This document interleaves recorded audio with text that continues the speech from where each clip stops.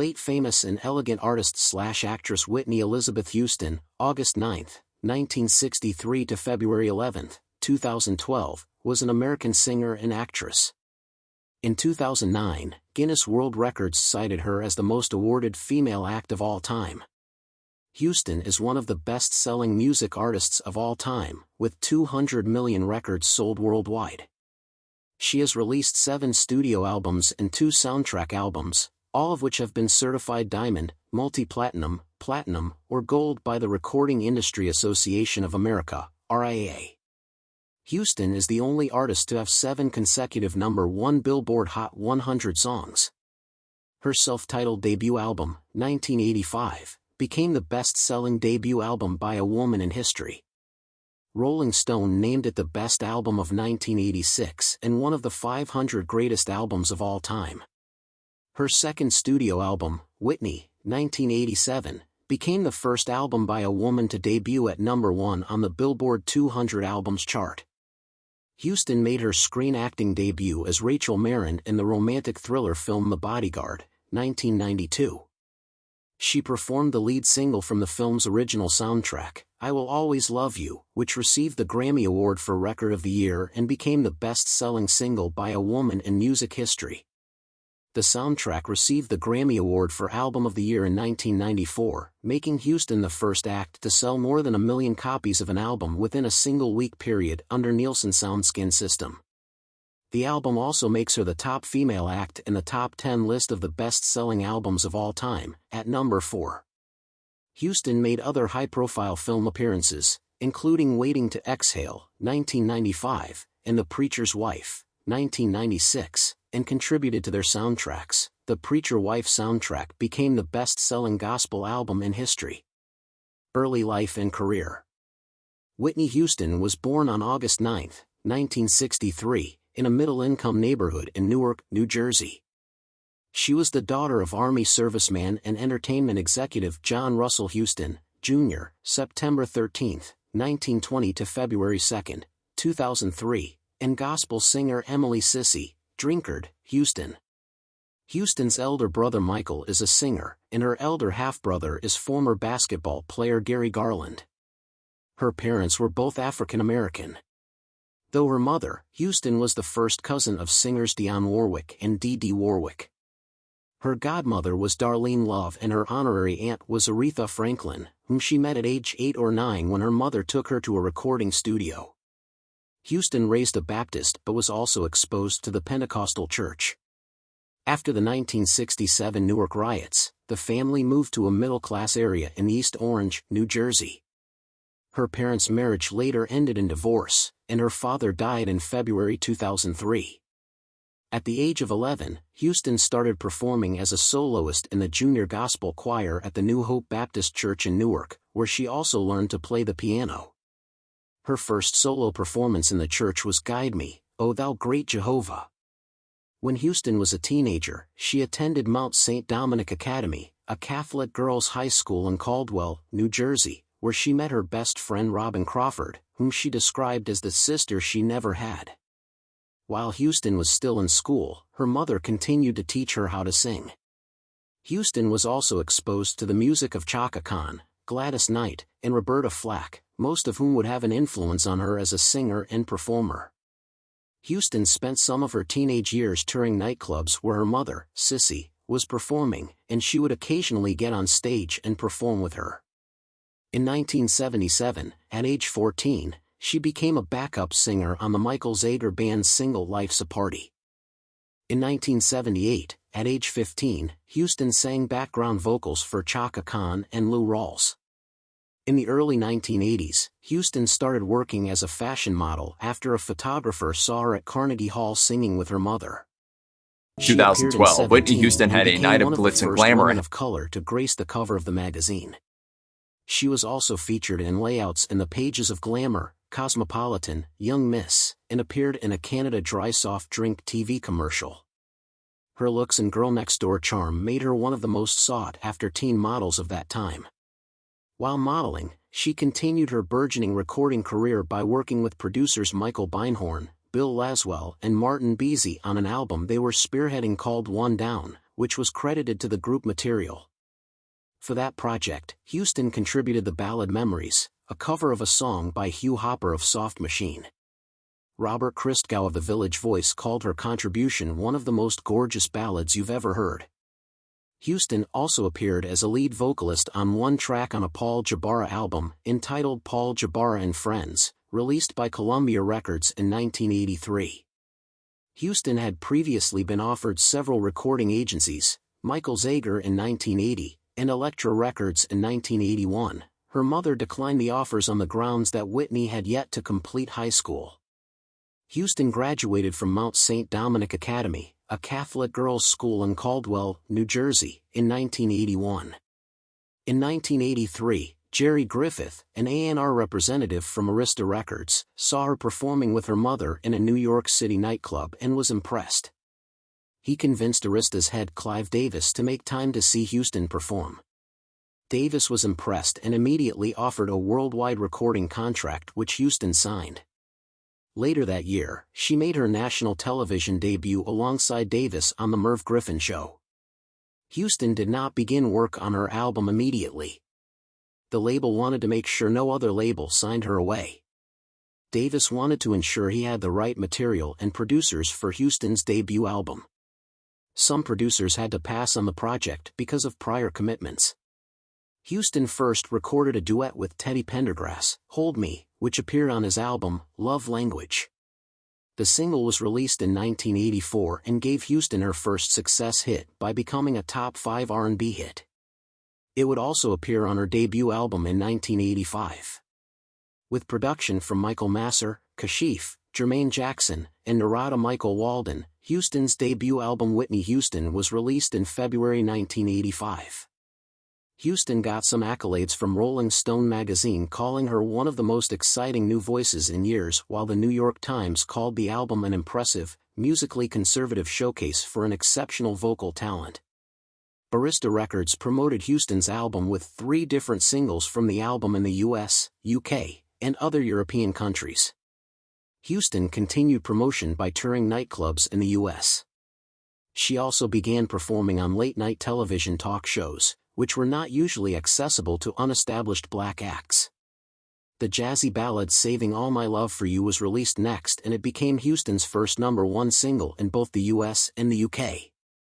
By 1986, a year after its initial release, Whitney Houston topped the Billboard 200 Albums chart and stayed there for 14 non-consecutive weeks. The final single, Greatest Love of All, a cover of The Greatest Love of All, originally recorded by George Benson in 1977, became Houston's biggest hit at the time after peaking #1 and remaining there for 3 weeks on the Hot 100 chart, which made her debut the first album by a woman to yield 3 #1 hits. Houston was #1 Artist of the Year and Whitney Houston was the #1 Album of the Year on the 1986 Billboard year-end charts, making her the first woman to earn that distinction. At the time, Houston released the best-selling debut album by a solo artist. Houston then embarked on her world tour, Greatest Love Tour. How did Whitney Houston die? She was found with water in her lungs hours before she was set to perform. She was found with water in her lungs, but how and why she drowned is still unknown. Since her death more than a decade ago, fans have had one question: how did Whitney Houston die? Her cause of death has been reported as a drowning, but how and why she drowned is still unknown to officials.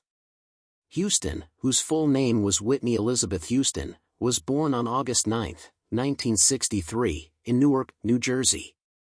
Nicknamed The Voice, Houston signed to her first record label at 19 years old with Arista Records chairman Clive Davis, who would later become her mentor and close friend.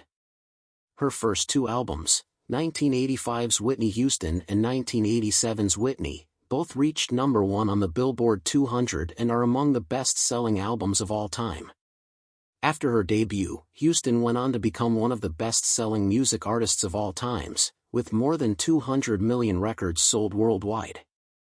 She holds the record as the only music artist in history to have 7 consecutive #1 singles on the Billboard Hot 100, from 1985's Saving All My Love for You to 1988's Where Do Broken Hearts Go?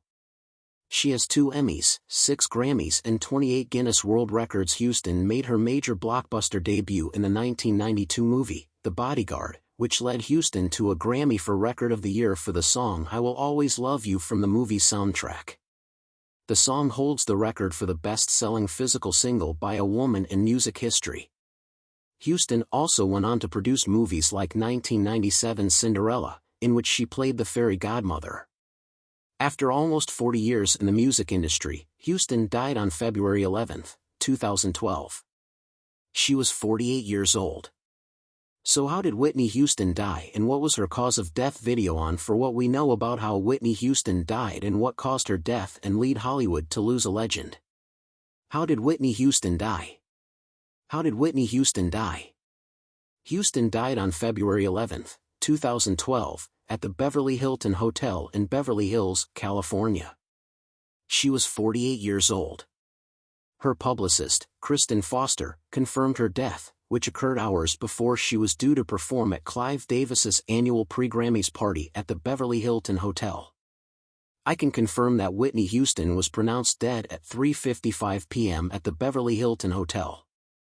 We received a call at 3:43 p.m. from hotel security and Beverly Hills Fire and Police responded minutes later, Beverly Hills Police Lieutenant Mark Rosen said in a statement to People at the time. Someone in her entourage found her unresponsive in her room. It's unclear who notified hotel staff because she has quite an entourage here at the hotel. We attempted to resuscitate her, to no avail. When asked if there was any evidence of drugs or foul play, Rosen told People at the time, at this time, there's no obvious evidence of foul play or cause of death. In an interview with My 9 after her daughter's death, Houston's mother, Cissy Houston, opened up about what it was like to lose her child. I know I did the best I could. I don't blame myself, Cissy. I know I did the best I could for everything. I'm very proud of my daughter. She continued, she accomplished a whole lot in the short time that she had here. She was a very wonderful person. When asked at the time about how she was dealing with the grief of her daughter's death, Cissy told My 9, I have my moments. I'm not there yet. I don't think I'm any more courageous than anyone else. Cissy also denied a rumor at the time that Whitney had no money at the time of her death. Whitney did not die broke, she's not broke. None of that crap, she said. What was Whitney Houston's cause of death?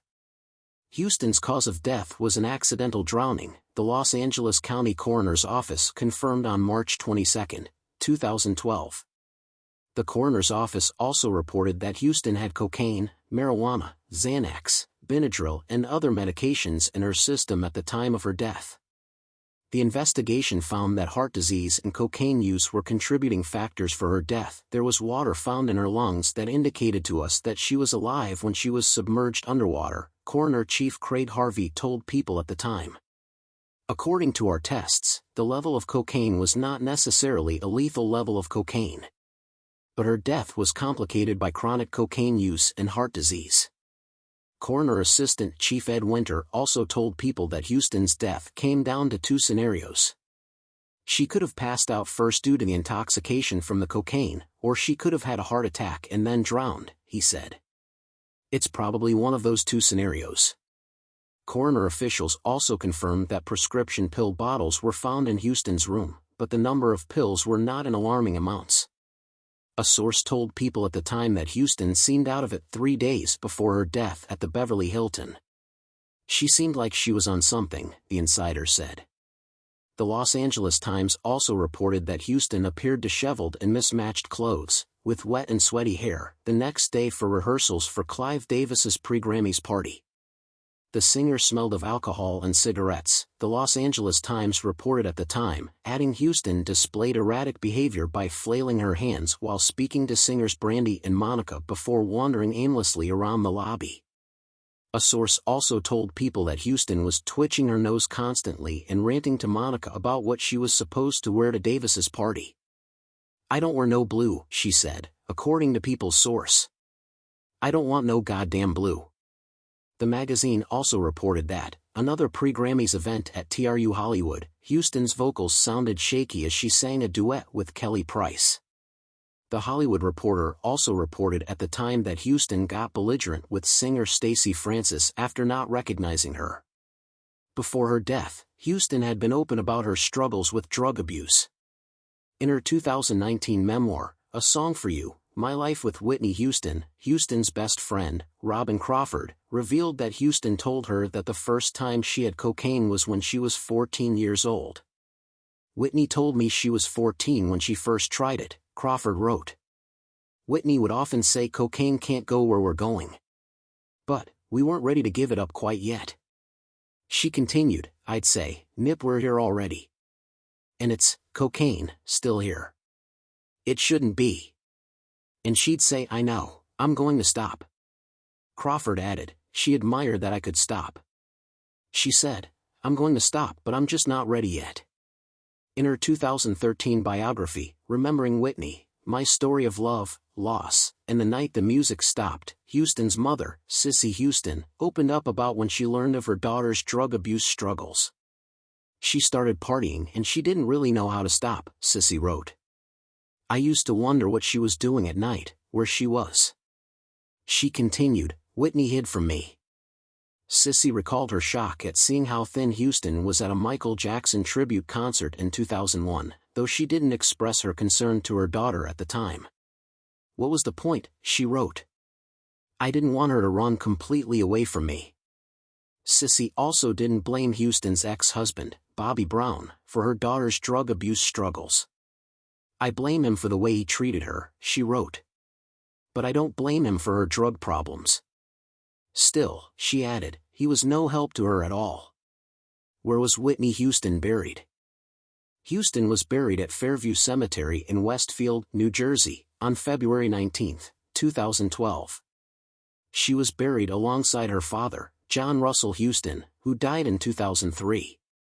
People reported at the time that fans lined the streets around the entrance of Fairview Cemetery and threw rose petals while screaming "We love you, Whitney," as a gold hearse carrying Houston's body arrived to her final resting place.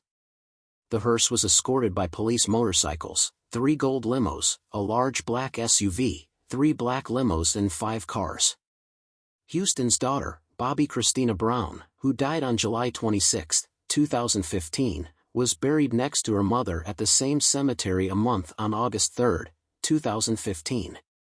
Bobby, who was 22 years old at the time of her death, was Houston's daughter and only child from her marriage to ex-husband Bobby Brown, whom she divorced in 2007. Houston was buried a day after her funeral at the New Hope Baptist Church in Newark, New Jersey, where she performed as a child in the choir.